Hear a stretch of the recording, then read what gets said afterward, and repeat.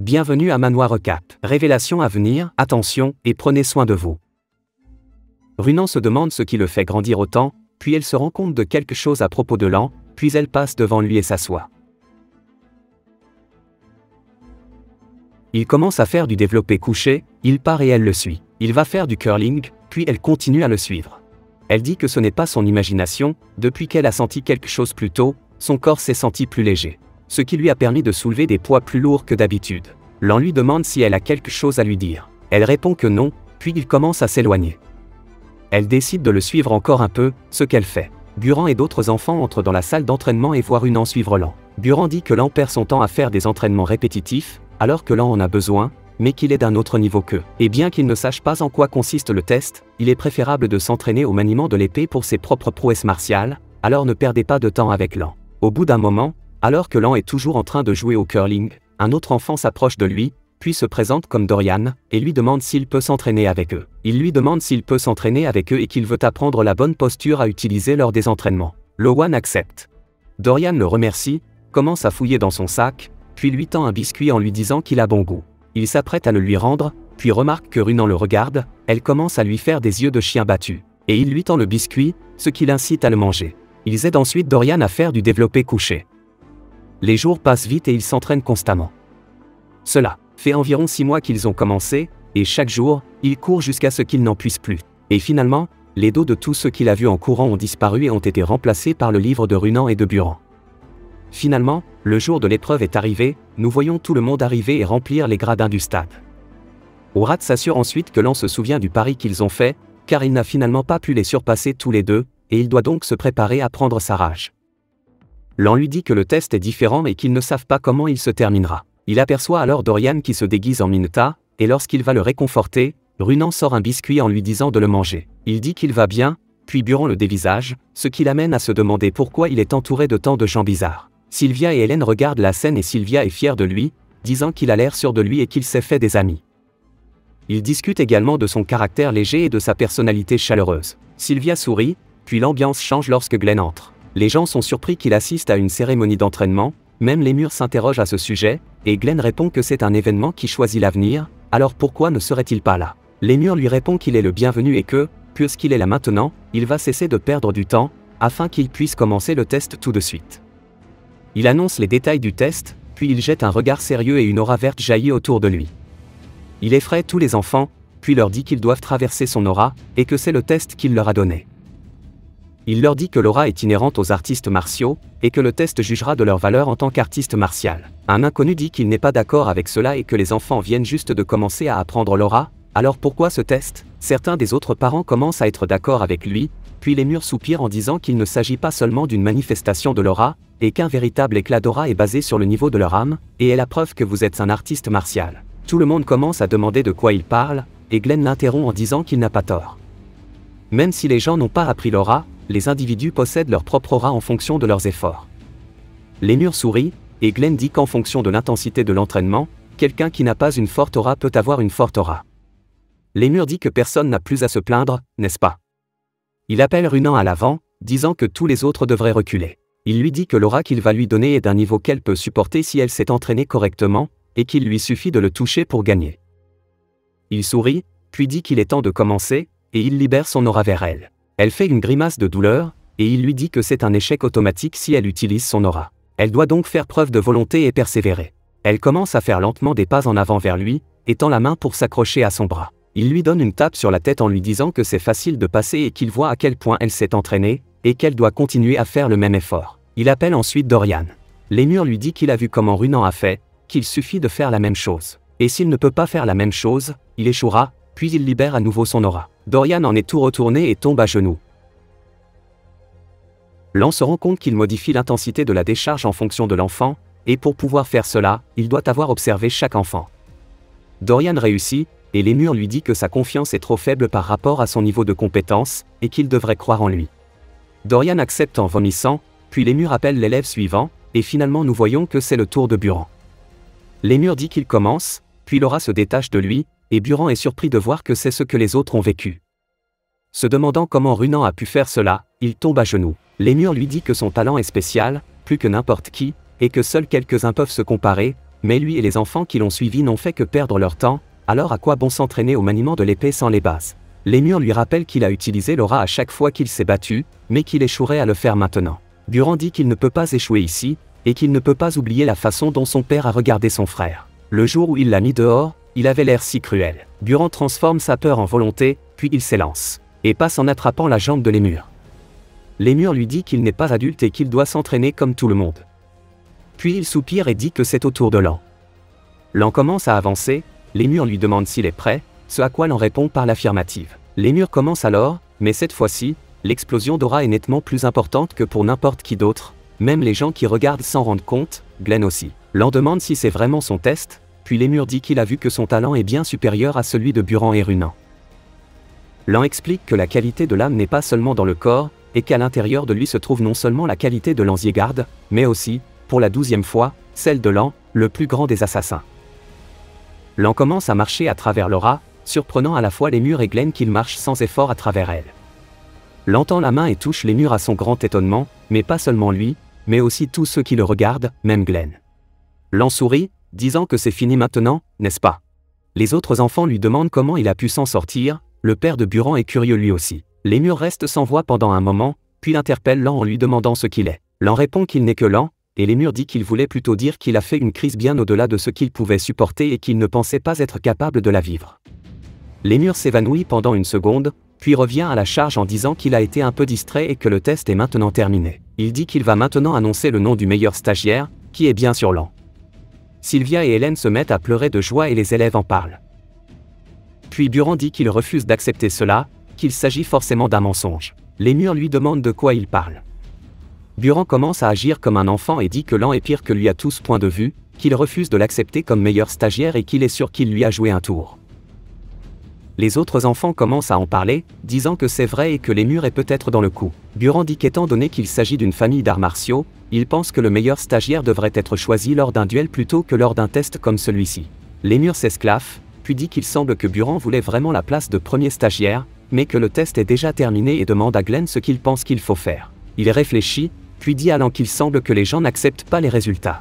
En lui demandant s'il est prêt à se battre en duel, Buran sourit en attendant un oui, mais Lan répond fermement par la négative. Le test est terminé, les résultats sont là, et il n'y a aucune raison de se battre en duel s'il n'y a pas de récompense. Il dit ensuite à Buran qu'il a toujours parlé d'honneur et de lignée, mais qu'il ne s'attendait pas à ce qu'il soit aussi déçu par les résultats. Glenn dit que s'il se bat en duel, le vainqueur recevra une plaque de bronze. Il explique alors qu'il existe des niveaux de plaques et que l'on peut obtenir des récompenses en fonction du niveau de la plaque obtenue. Comme c'est Glenn qui l'offre, il est sûr que les récompenses seront très intéressantes. Lan accepte, puis Glenn dit qu'il est temps de décider qui est vraiment le meilleur stagiaire. Il explique les règles, c'est un round et on ne peut pas utiliser d'armes ou d'aura, seulement son corps. Ils se mettent d'accord, puis Lémur fait un signe de la main pour dire qu'il est temps de commencer. Buran charge rapidement et donne un coup de poing à Lan, mais celui-ci l'esquive, puis Buran enchaîne avec un coup de pied, mais Lan le bloque également. Buran dit alors qu'il va utiliser la capacité que son père lui a enseignée et prépare son attaque, que Lan bloque à nouveau. Mais Buran continue ses attaques, et commence à monologuer intérieurement sur la faiblesse de Lan, et dit qu'il prendra la place de premier stagiaire sans problème. Il a ensuite une analepse de son frère qui a été renié et de son père qui ne veut pas qu'il le déçoive. Buran s'en sert comme d'un carburant et dit qu'il ne se laissera pas distancer par Lan. Il continue d'attaquer Lan, mais n'a pas encore réussi à lui porter un seul coup, il s'est approché de son visage une fois. Buran charge alors en disant que c'est la fin pour lui et saute en l'air, mais Lan prépare son poing, puis dit « Essayez-moi ». Nous voyons qu'il utilise la même technique que Buran, et leurs poings se heurtent l'un à l'autre, mais Buran est renvoyé en arrière, ce qui le surprend, puis Lan continue à le battre avec ses propres capacités. Les gens s'affolent et se demandent comment il a pu utiliser le poing du tigre. Buran lui demande même comment il a fait, et Lan lui répond qu'il lui a juste montré, et qu'il l'a copié comme s'il s'agissait d'un devoir. Le public commence à penser que Lan l'a peut-être appris en secret et qu'il refuse d'admettre que cela s'est produit. Lémur, qui observe tout ce qui se passe, se rend compte que Lan est vraiment puissant. Il dit que Lan a contré la technique de Buran en faisant tourner le flux dans la direction opposée, et qu'être capable de voir le flux fait de quelqu'un un génie. Mais en étant capable de se l'approprier comme ça, il a le talent pour être le plus fort du continent, un talent perpétuel. Lémur dit que les résultats sont visibles pour tout le monde et qu'avec sa victoire, l'épreuve est terminée. Hélène court vers eux et serre Lan dans ses bras, ce qui le fait sourire. Et Horak dit qu'il faut se dépêcher de faire ce moment sain. Nous voyons les parents de Runan faire la même chose, mais pas ceux de Buran, qui n'a qu'Alfred. Il établit un contact visuel avec son père, qui va chercher le lait, ce qui fait comprendre à Buran que son père est déçu par lui. Ce soir-là, il va lui parler, et c'est un silence gênant jusqu'à ce que son père l'appelle. Il lui demande s'il se souvient de ce qu'il lui a dit. Buran dit qu'il lui a dit d'être le meilleur stagiaire, et son père répond que ce n'était pas trop demandé, mais qu'il n'y est toujours pas parvenu. Et pour couronner le tout, il a perdu contre un membre de la famille moins important que lui. Il lui demande s'il veut finir comme ses frères, puis lui dit qu'il a perdu sa première chance et qu'il a encore une chance d'être le meilleur stagiaire, avant de lui dire de partir. Buran frappe le mur, puis commence à blâmer Lan pour tout ce qui lui arrive, puis dit qu'il a trop essayé de ne pas se laisser distancer par les autres. C'est le comble, et il commence à marcher sans but. Il lève la tête et constate qu'il a réussi à atteindre la salle d'entraînement. Disant qu'il est venu ici par habitude, il entre dans le bâtiment et constate qu'il n'y a personne. Il commence alors à faire du curling et regarde les casiers à chaussures. Il voit le nom de Lan et débat alors de l'ouvrir, ce qu'il fait effectivement. Il est ensuite surpris par la puanteur absolue qui émane de la quantité de chaussures que Lan a utilisées. Il est surpris qu'il ait utilisé autant de chaussures, car lui-même n'en a utilisé que quelques-unes. Il se retourne alors et imagine Lan en train de s'entraîner. Et il dit, maintenant qu'il y pense, que Lan s'entraînait toujours, même lorsqu'il ne suivait pas l'entraînement de base ou lorsqu'il se reposait. Lan était persévérant dans son entraînement, et c'est ainsi qu'un Zygarde doit se comporter. Il se rend compte qu'il a fait l'inverse, mais constate que Lan a oublié de ranger ses poids et remet les chaussures qu'il tenait dans le casier. Il referme la porte et laisse également les poids sans rangement. En marchant, il a l'air de s'être résolu à s'entraîner correctement. Urad dit qu'il n'y croit pas, qu'il a vécu si longtemps, mais qu'il n'a jamais rencontré quelqu'un comme Lan. Il lui demande ce qu'il est, Lan lui dit de continuer à imaginer. Il lui demande ensuite quelle est la compétence qu'il a acquise. Urad dit qu'il s'agit de sens légendaires, et explique qu'ils élargissent la portée de leur sens. L'augmentation n'est que de 10%, car il s'agit d'un niveau 1, mais elle augmentera au fur et à mesure qu'il progressera. Lan demande pourquoi on l'appelle sens légendaire, et Urad répond que ça a l'air cool. Il plaisante un peu, puis s'endorme. Le lendemain, Glenn a convoqué Lan et Sylvia demande à Alfred s'il y a un problème, ce à quoi il répond en riant que non, c'est parce qu'il va lui remettre la plaque lui-même.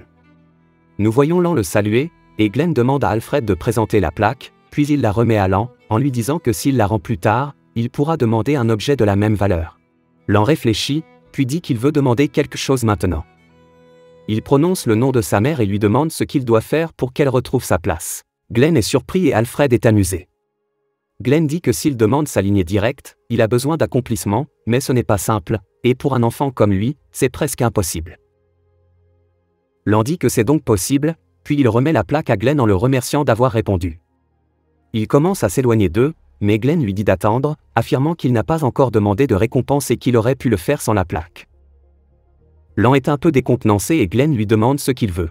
Lan répond qu'il sait ce dont il a le plus besoin maintenant, puis dit qu'il s'agit d'une technique d'entraînement. Glenn répond que les murs lui en apprendra une, ce à quoi Lan répond qu'il en veut une meilleure, quelque chose qui ait la même valeur qu'une plaque de bronze. Lan explique que la technique qu'il a utilisée dans sa vie passée n'est pas suffisante, et que pour rendre sa lignée à Sylvia et tuer de Ruth, il a besoin d'une meilleure technique. Glenn répond qu'il s'agit d'une technique d'entraînement, puis claque des doigts. Ce qui fait apparaître une bibliothèque, et des livres commencent à apparaître partout autour de Lan. Nous voyons qu'ils sont très hauts et qu'ils l'enveloppent complètement. Lan demande ce que c'est, et Glenn répond qu'il s'agit des livres de leur famille. Il lui demande ensuite de placer sa main au centre, et le livre dont il a le plus besoin en sortira. Lan dit d'accord, puis réfléchit à ce qu'il veut, et une légère aura solaire sort de ses mains. On voit un vieux livre se détacher, puis s'ouvrir au-dessus de lui dans le ciel. Glenn est choqué, tout comme Alfred. Glenn crie même, se demandant pourquoi c'est ce livre. Alors qu'il s'ouvre au-dessus de la tête de Lan, il descend jusqu'à la hauteur de ses yeux, et Lan se demande de quel genre de livre il s'agit, puis touche une page. Le livre commence à tourner les pages, puis elles s'envolent et l'aura dorée de tout à l'heure émerge du livre, les pages volent autour de la tête de Lan, et Glenn regarde. Il se souvient alors de ce qu'on lui a dit dans le passé sur la façon dont sa fille était traitée. Et il a tout ignoré, disant que depuis qu'elle est partie pour un homme, ils peuvent cesser de lui rapporter quoi que ce soit à son sujet. Il dit que dans le passé, il croyait que les émotions étaient inutiles et qu'il ne se préoccupait que du pouvoir de sa famille, puis qu'il a atteint des prouesses martiales transcendantes. Avec la famille la plus puissante, mais à quel prix? Il apprend que sa petite-fille et son beau-fils sont morts, mais que Sylvia s'est remise de l'embuscade. À ce moment-là, Glenn retrouve ses émotions, mais il est trop tard car il ne peut pas remonter le temps. Il se souvient de la peine qu'il a ressentie. Il dit que même si Sylvia et Lan le détestent maintenant, il les protégera. Le livre s'arrête enfin, et Lan dit que c'est bizarre, qu'il a senti des choses couler dans sa tête. Glenn l'interpelle et lui demande ce qu'il vient de faire. Lan répond qu'il ne sait pas, mais qu'il vient d'apprendre le contenu du livre. Glenn demande quel est le nom de cette technique, et Lan tend la main pour lui dire qu'il s'agit de la technique des 1000 flammes. Glenn lui demande s'il a dit qu'il se souvenait du contenu, Lan répond par l'affirmative. Glenn répond que oui, et que maintenant qu'il a reçu ses récompenses, il est excusé. Lan sort de la pièce et Albert interroge Glenn sur le livre d'entraînement qu'il a pris. Glenn dit qu'il s'agit de la technique d'entraînement du tout premier patriarche et que personne n'a été capable de l'apprendre ou de la lire dans l'histoire du clan. Albert dit que si cela se sait, cela pourrait les mettre en danger, lui et Sylvia. Glenn lui dit de ne pas s'énerver, car personne ne connaît la technique. Albert demande si le livre a disparu, ce à quoi Glenn répond que quelqu'un l'a appris, donc c'est bon. Et la technique n'était de toute façon pas utilisable, donc sans Lan, elle aurait continué à pourrir sur les étagères. Et il pense que les choses vont beaucoup changer. Lan se demande pourquoi Glenn lui a donné cette technique, puisqu'une plaque d'or a la même valeur. Il ne manque de rien, même par rapport au ADF, dit-il, mais on le voit ensuite essayer de s'accrocher mentalement au feu, mais il échoue. Il dit qu'il n'arrive pas à collecter l'aura même s'il essaie, et qu'il ne pensait pas qu'il serait facile d'apprendre une technique de ce niveau. Urad dit qu'il semble que les choses ne se passent pas comme il le souhaite, et que si quelqu'un l'interrompt pendant cette opération, il finira par être handicapé, ce qui est dommage car il vient d'acquérir une excellente technique. Lan dit que Urad a raison, puis explique que s'il se trompe, les circuits de mana risquent d'être définitivement détruits. C'est d'autant plus dangereux pour lui qu'il a la malédiction du froid glacial. Lan dit que s'il le sait, il ne faut pas l'interrompre. Urad dit qu'ils verront cela, et Lan dit d'attendre. Urad commence à sourire en disant qu'il l'interrompra juste une fois pendant qu'il s'entraîne, Lan dit qu'alors il finira avec un corps endommagé, donc c'est une perte pour lui aussi. Urad dit qu'il s'en moque et qu'il est prêt à tout. Il ne pourra pas le surmonter puisqu'il est humain, mais Urad peut toujours réparer son corps pour l'utiliser. Ainsi, lorsque Lan sera incapable d'utiliser son noyau d'énergie et qu'il abandonnera, il pourra le prendre. Lan dit que s'il doit le faire une seule fois, il s'en réjouira. Urad dit qu'il ne devrait pas faire semblant d'être fort et qu'il devrait avoir peur puisqu'il ne sait pas quand il le fera. Lan le reconnaît comme un ennemi, disant qu'il sautera sur la première occasion de s'emparer de son corps, qu'il pensait avoir abandonné puisqu'il n'a rien tenté récemment, mais qu'il doit rester sur ses gardes. Il décide de s'en préoccuper plus tard, disant qu'il a des choses plus urgentes à faire. Urad demande s'il va le faire maintenant, et Lan répond que oui, puisqu'elle vient tous les soirs, alors il va s'en occuper, et que cela fait un moment qu'il n'a pas travaillé. Il voit sa servante accroupie près de la rivière, nous la voyons écrire un papier, expliquant qu'il n'y a rien d'inhabituel à signaler. C'est Judiel, la servante de l'annexe, et elle dit qu'elle n'aurait jamais cru qu'il obtiendrait une technique d'entraînement aussi précieuse avec une simple plaque de bronze. De plus, le flux de mana qu'elle a ressenti pendant qu'il s'entraînait sortait de l'ordinaire. Elle commence à l'écrire sur le papier, disant que même si ce sont ses ordres, c'est un enfant, alors combien de temps devra-t-elle le faire? Elle le jette dans la rivière et, alors qu'il commence à dériver, elle soupire. Alors qu'elle s'apprête à partir, un couteau est pointé sur sa gorge et Lan lui dit que si elle ouvre la bouche, elle mourra, ou si elle bouge aussi. Il lui dit de regarder l'eau, elle se demande qui c'est, qui peut avoir une telle soif de sang. Elle voit alors dans le reflet qu'il s'agit de Lan. Elle se demande comment il a pu se faufiler jusqu'à elle, il lui dit qu'il sent ses yeux sur lui depuis qu'il est revenu. Il lui demande si elle a obtenu les informations qu'elle voulait. Elle est surprise qu'il ait su pour elle dès le début, même si elle n'a pas laissé de traces, pourquoi a-t-il fait semblant de ne pas savoir? Il lui dit d'ouvrir la bouche, puis il lui fait avaler une sorte de pilule qu'il lui enfonce dans la gorge. Elle commence à avoir des haut-le-cœur et à tousser, puis il sort le billet de l'eau, il dit qu'il ne peut pas voir le contenu et qu'il a besoin de quelque chose pour le rendre visible. Il commence à nommer tous les éléments, puis elle réagit subtilement à l'un d'entre eux et il comprend de quoi il s'agit. Elle lui demande comment il l'a su, puis commence à faire la même chose avec des noms, puis il comprend qu'il s'agit de Karun, et elle dit qu'il est impossible qu'il l'ait su. Son visage n'a pas changé et elle a été entraînée pendant des années. Elle commence à se rappeler les symptômes qu'elle a ressentis à cause de ce qu'il lui a fait manger, et dit qu'il n'y a qu'une seule explication, et que c'est le ver de rage qu'elle a mangé. Elle lui demande s'il lui a donné un ver de rage, il est surpris qu'elle le sache, car elle ne devrait pas avoir connaissance de ces vers. Elle commence à avoir des haut-le-cœur et essaie de vomir, elle dit que c'est la pire des malédictions qui non seulement permet à la personne de connaître les émotions des autres, mais peut aussi les tuer avec une intense souffrance. Elle se met à pleurer et il lui dit que l'envoi d'une lettre doit signifier qu'elle est une espionne, et il suppose que le plan a commencé pendant la cérémonie de jugement, il complimente la précision du rapport, qui comprend également des informations sur sa mère et les autres servantes. Elle dit qu'elle pensait que c'était une mission facile, puisqu'il n'est qu'un enfant et que Sylvia a le cœur brisé. Mais ce n'est pas qu'un enfant, c'est un monstre.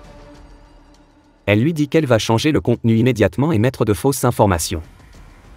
Il dit que ce n'est pas la peine, car l'information finira par être divulguée et cela prouverait qu'elle n'est pas compétente. Il s'accroupit devant elle et sourit, disant qu'à partir de maintenant, elle est une espionne double. Elle peut donner des informations que d'autres découvriront, et cacher les choses importantes.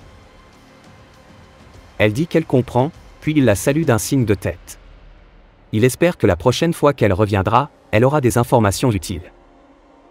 Urat lui demande quand il a invoqué un ver de rage, il répond qu'il n'utiliserait pas quelque chose d'aussi cruel, et que ce n'était qu'une pilule qui cause de la douleur. Il lui demande comment il a pu lire ses pensées sans l'aide du ver, il lui répond que l'on peut obtenir des informations de toutes sortes de choses. Urat frémit, puis le traite de monstre, l'en dit qu'après tout cela, il a commencé à se concentrer sur son entraînement à Laura, et qu'il était bientôt temps de retourner à la salle d'entraînement. Nous constatons que Judiel a toujours peur de lui. Dans la salle d'entraînement, Lan est surpris de voir qu'une quarantaine d'enfants sont passés, disant que les murs n'en a laissé qu'un quart. Il entend alors Runan prononcer son nom, il se retourne et elle s'approche de lui et le regarde fixement. Elle se souvient alors que sa mère lui a demandé de remercier Lan de l'avoir aidé à s'entraîner, et elle confirme qu'elle l'a remercié pour le biscuit, mais pas pour l'entraînement proprement dit. Sa mère lui demande pourquoi, et Runan répond que son père lui a dit qu'elle ne devrait jamais parler à un homme en premier. Sa mère se rend compte qu'il a fait une grosse bêtise et lui explique que le sexe n'a pas d'importance lorsqu'il s'agit d'exprimer sa gratitude. Et si elle a reçu de l'aide, elle doit dire merci, c'est tout simplement de la politesse. Elle lui dit de le remercier comme il se doit, puis l'analepse se termine et elle dit merci à Lan. Urat et lui ne comprennent pas, mais elle est fière de l'avoir dit. Ils entendent ensuite Dorian, qui demande à Lan comment il va, et il est très fatigué pour une raison quelconque. Puis il le frappe avec un mur de texte, même Urat dit que c'est trop, il continue à parler, puis Buran apparaît derrière lui, ce qui le fait sursauter de peur. Buran s'approche de Lan, puis il se regarde maladroitement. Buran s'incline ensuite en admettant qu'il est désolé et qu'il a agi de façon pathétique, mais qu'il n'a pas abandonné. Et il fera tout son possible pour le surpasser, alors préparez-vous à cela. Puis il s'éloigne, et Lan dit que si un enfant de 13 ans admet qu'il a eu tort, c'est qu'il s'agit d'une famille renommée pour une raison bien précise. Urat commence à le dénigrer, et Lan dit que c'est impressionnant. Lémur s'excuse d'être en retard, il a un peu bu hier soir et a fait la grasse matinée. Il leur demande ensuite s'ils ont fait une bonne pause et leur dit que le véritable entraînement commencera aujourd'hui. Les bases seront les mêmes que la dernière fois, mais quelques régimes seront ajoutés, le premier étant l'entraînement à Laura. Les portes s'ouvrent alors pour l'interrompre, et nous voyons une femme dire que la porte lui a donné du fil à retordre. Lémur dit qu'elle n'était pas sa stagiaire, mais que c'est une recalée de l'année dernière, et qu'ils devront s'entraîner avec elle. Elle s'appelle Martha Ziegard et elle est de la lignée directe.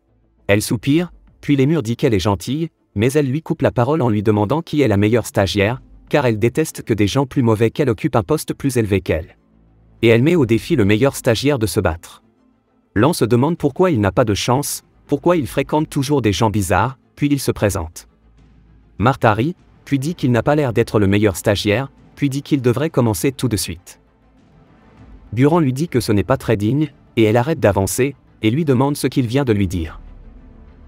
Puis elle lui dit qu'il ferait mieux de faire attention à ce qu'il dit et de choisir soigneusement ses prochains mots. Buran dit que Lan a prouvé qu'il était le meilleur stagiaire, alors que Glenn et Lémur l'observaient. Elle dit qu'elle a entendu qu'il a été refusé et se moque de lui. Il lui dit que c'est la raison pour laquelle il dit cela, et qu'il ne veut pas voir quelqu'un d'autre être aussi pathétique que lui. Lan se rend compte que Buran a vraiment changé.